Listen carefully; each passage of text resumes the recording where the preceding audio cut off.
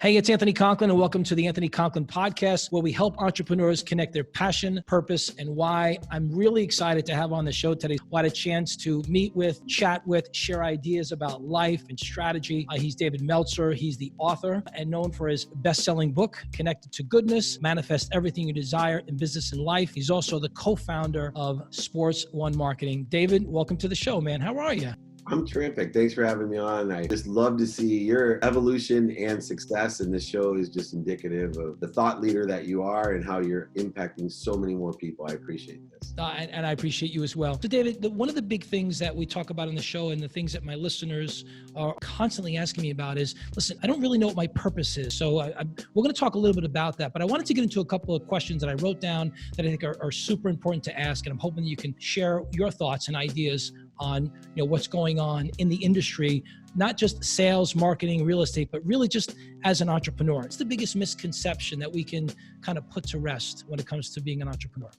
Time. It's overnight success. I think that people see things in a perspective that things will happen quickly.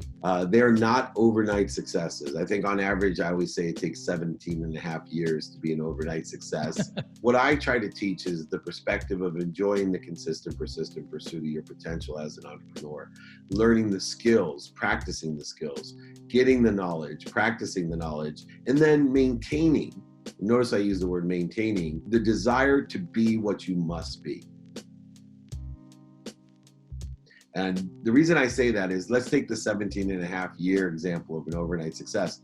10 years into the entrepreneurial journey, 99% of the people quit because they stop practicing the skills, they haven't acquired the knowledge, and they don't have a desire to be what they must be. And they start listening to other people and voting for what other people think for them. The saddest thing about the 1% of the 1% is the next 1% that stays in there, they're only 2.5% of the way from being an overnight success. So it's really hard. I mean, being an entrepreneur is really hard. And I think one of the challenges that my audience faces, that the numbers, that blows me away, David, blows me away. I think one of the things that gets people thinking about the time part of it, I want to hold on to that point for a second, is they think it's going to be overnight success because social media leads them to believe it is. We talk about hard work. I think of the things that have made me become what I've become, and I'm still on my journey, David. That my journey is continuing. Yeah. It's gonna take time. It's gonna take doing the work and figuring it out. And I think that's one of the things that we try to remind ourselves that. You do a lot of meetups. I'm sure entrepreneurs are asking you about that. How do you get them to shift their mindset? Because it's a mindset thing. How do you get them to shift their mindset? What are some of the things that you can do to help them think differently?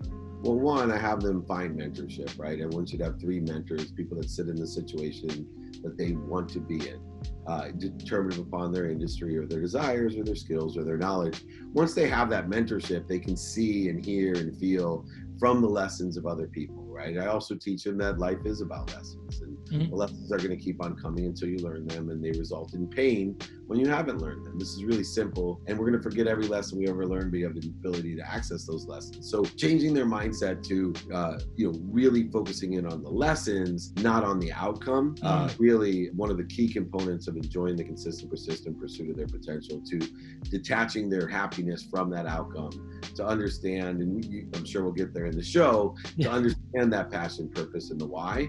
And I have an interesting perspective on that as you're ready to kind of transition into that. So I confess, and I'm honored to say that you are a virtual mentor of mine. I was happy that we had a chance to meet in person. I appreciate all your counsel. I appreciate you as my mentor from afar. But I think one of the things my listeners would be interested in hearing is, who are some of your mentors? Who put you on your track?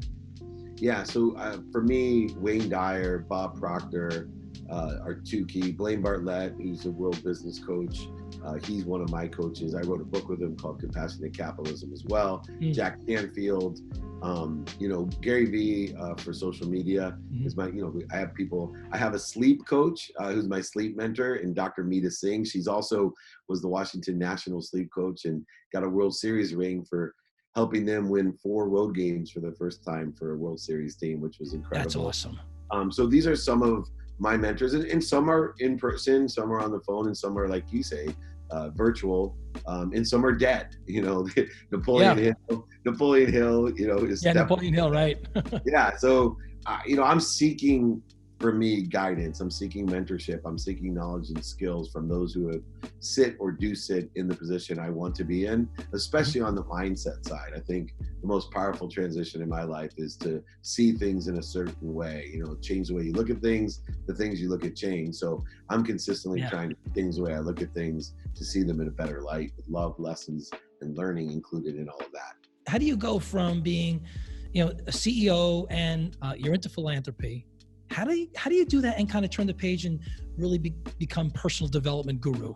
5 things that allow me to do that. One is knowing my values, my personal, experiential giving and receiving, taking inventory of those every day to accelerate and pivot from my own values and not be afraid of being a hypocrite and changing my values. Mm-hmm. I'm okay with people taking snapshots of Dave Meltzer 5 years ago, 10 years ago, and 20 years ago, and that's their judgment and condition. They see Dave Meltzer, because I'm blessed that there's more people today that see the snapshot of Dave Meltzer today and believe in that, and believe in the guy that you wonder how I made that transition to. There are plenty of people that know me when I was 17 that would never allow me to be considered a guru. I have learned through 2 series of questions, a series of questions to be of value and service, which is a primary shift in the paradigm of my life, but also having radical humility to ask for help. Something I never did is ask the series of questions of what other people can do for me, or if they know somebody that can help me. Third is being a student of my calendar, understanding time, a lens of productivity, accessibility, and gratitude for what I have planned,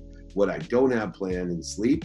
And then learning to do it now, meaning being present. As a thought guru, I have to be present. 100% of all the things I can do now get done. And that's a major difference in my life. And then finally, most importantly, what I have found in all thought leaders, gurus, mentors, and teachers of mine, they practice ending fear. I'm on a constant quest journey. I am seeking truth consciousness and trying to stay out of the ego-based consciousness, need to be right, offended, separate, inferior, superior, anxious, frustrated, angry, all those things that create interference or corrosion to what I'm already connected to, this unbelievable, powerful connection to light, love, and lessons. And so through those 5 practices, I have transitioned or transformed myself from a money-making, manipulative, overselling, back-end selling, lying, and cheating sales guy into what I believe is someone who's on a journey to live to his higher self, to live in truth consciousness, inspire others, to inspire others, to inspire others to be happy,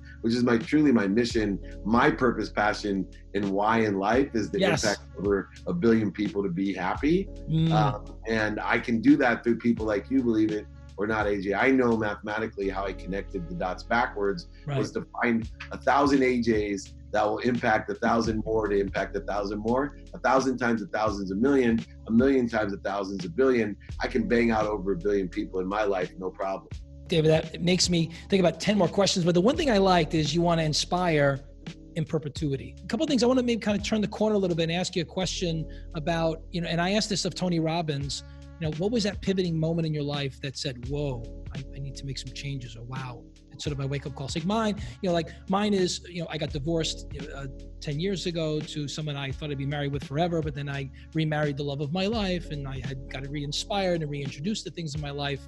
But what was that pivoting moment, that sort of that aha moment? I asked Tony Robbins that very specific question, and he had a really interesting answer, and I'd love to hear yours. I was in the wrong place, right? I was a multimillionaire. I was Midas. I was working for Lee Steinberg Sports Entertainment, the most notable sports agency in the world, as CEO. Everybody thought I had everything, but I had surrounded myself with the wrong ideas, the wrong people. My father had warned me of this and given me a jacket with no pockets to tell me that I was going to end up to be the richest man in the cemetery, and that I should hang it in the closet to remind me that I'm going to be buried with nothing and I'm just like him. I got angry. I also got warned by my best friend who would not hang out with me because he said he didn't like who I hung out with. And I lied to him. And I said, well, I'm not doing what those guys are doing. And he said, you can lie to me, but don't lie to yourself. I left crying, which led to the pivotal moment of my life. When I came home from the Grammy Awards, I had lied to my wife, who I adore. I had known her since the 4th grade. In fact, my best friend had asked her to go study with me in the 6th grade camp, and she said no. But I adore this woman. We had 3 daughters at the time, a huge home, Ferraris, Porsche, motorhome, boat, everything. Had it all. You basically had it all. Money-wise. And I had her. I had my dream girl. And I came home intoxicated and high, 5:30 in the morning, and she looked at me for the first time with disgust and told me she wasn't happy happy. And then if I didn't take stock in who I was and what I wanted to become, she would leave me. Now, I wish I would tell you that that was the pivot. It wasn't. I got pissed. I got angry. I was like, are you kidding me? Who do you think you're talking to? You got this house, that nanny, this car, blah, blah, blah. And she just walked away in disgust. I went to bed. I wish I could tell you that was the pivoting moment when I woke up with some clarity. It wasn't. I woke up even more mad thinking, what friend of mine from law school could I call to take everything that I ever had, including my kids, away from this woman? And then I looked at that jacket. There was the pivoting moment, because I get choked up, man, because I looked at that jacket and I'm like, oh my God, I'm just like my dad. I'm just like my dad. I'm a liar. I'm a cheater. I'm a manipulator. I'm an overseller. I'm a back-end seller. And I'm about to lose the most valuable thing in my life. And I have literally lost my way, just like my mom and my wife had been telling me. I'd lost my way. And I literally, that was for me, when I realized I was just like the person I hated because I hated myself, then I sat down, outlined gratitude, forgiveness, accountability, inspiration, and I started that day in that practice of gratitude, forgiveness, accountability, and inspiration to change my life. 2 years after my pivot, I went bankrupt, by the way, lost over $1 million. And double whammy. It didn't bother me one bit. Well, it bothered me for a day. But I honestly, I had built such a foundation utilizing those values, resecuring my marriage, as a father as well, and as a son to my mom and to the community, not trading anymore my benevolence and generosity and philanthropy, but simply unconditionally giving of myself, making room for what I wanted by inspiring in others and giving value, and unconditionally making room for what I wanted by asking for help. And even though I had lost everything, I knew I was only minutes away from getting it all back the right way. But 2 years before I lost everything, I'm one of the few people who could tell you I pivoted because I have the best wife in the world that stood up to me and told me the truth. And my best friend told me the truth, and my dad told me the truth. And if it wasn't for the truth, I wouldn't be sitting here today. That's an amazing story. It's amazing because it wasn't just one moment, Dave. It sounded like it was multiple pivoting moments. And the things I learned just about myself is I would not be the person I am today if I didn't go through those things. So David, maybe that message you're sharing with our audience is, hey, listen, you're going to have to go through a lot of crap and a lot of pain and a lot of anguish to become the person you are. Because what's the thing that they say? It's not about accomplishing the goal. It's the person you become along the way. It's that journey. And I think you exemplify that just listening to that story. It's super amazing. Everybody, once again, it's Anthony Conklin. You're at the Anthony Conklin podcast. We're speaking with David Meltzer. We're going to turn the page. We're going to bring this puppy home and talk about the 3 big things that we want to cover before we say goodbye to David. David, let's talk about passion, purpose, and why. Give it to me. I already think everybody knows their why. I think everyone knows their why is to help somebody or something.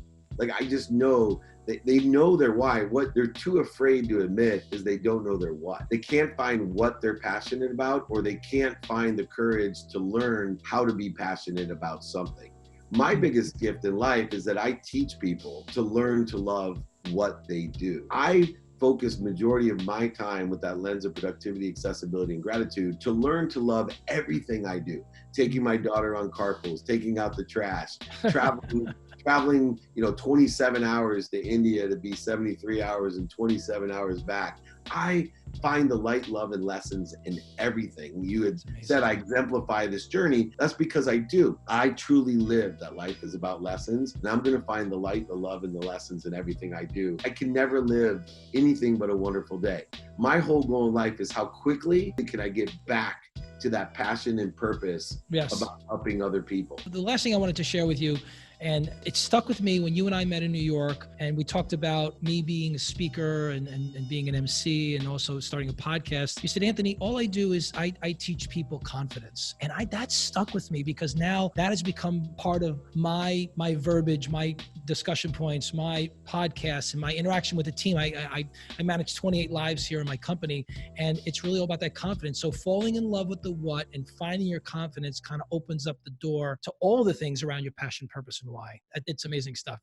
David Meltzer, author, philanthropist, speaker. I use the term motivator intentionally because he motivates and gets me excited every time I watch his videos. David, I'm so grateful, and I really appreciate you taking some time to be with us today. Before we go, so David, what's the best way to reach out to you? Yeah, if you could text me, especially about this podcast, what the most impactful thing that we talked about. I'm trying, it's not what we say, it's what they hear. So text me at 949-298-2905. 949-298-2905. Otherwise, it's at David Meltzer. Just search David Meltzer on LinkedIn, YouTube, etc. Website's dmeltzer.com, first initial, last name. Anthony, my friend, it's always a pleasure. I hope to see you in New York. I'll be there in a couple of days. I look forward to seeing you. Thank you very much for joining everybody. It's Anthony Conklin Podcast, where we talk about passion, purpose, and why. Don't forget, you have greatness within you, and live your life every day with passion.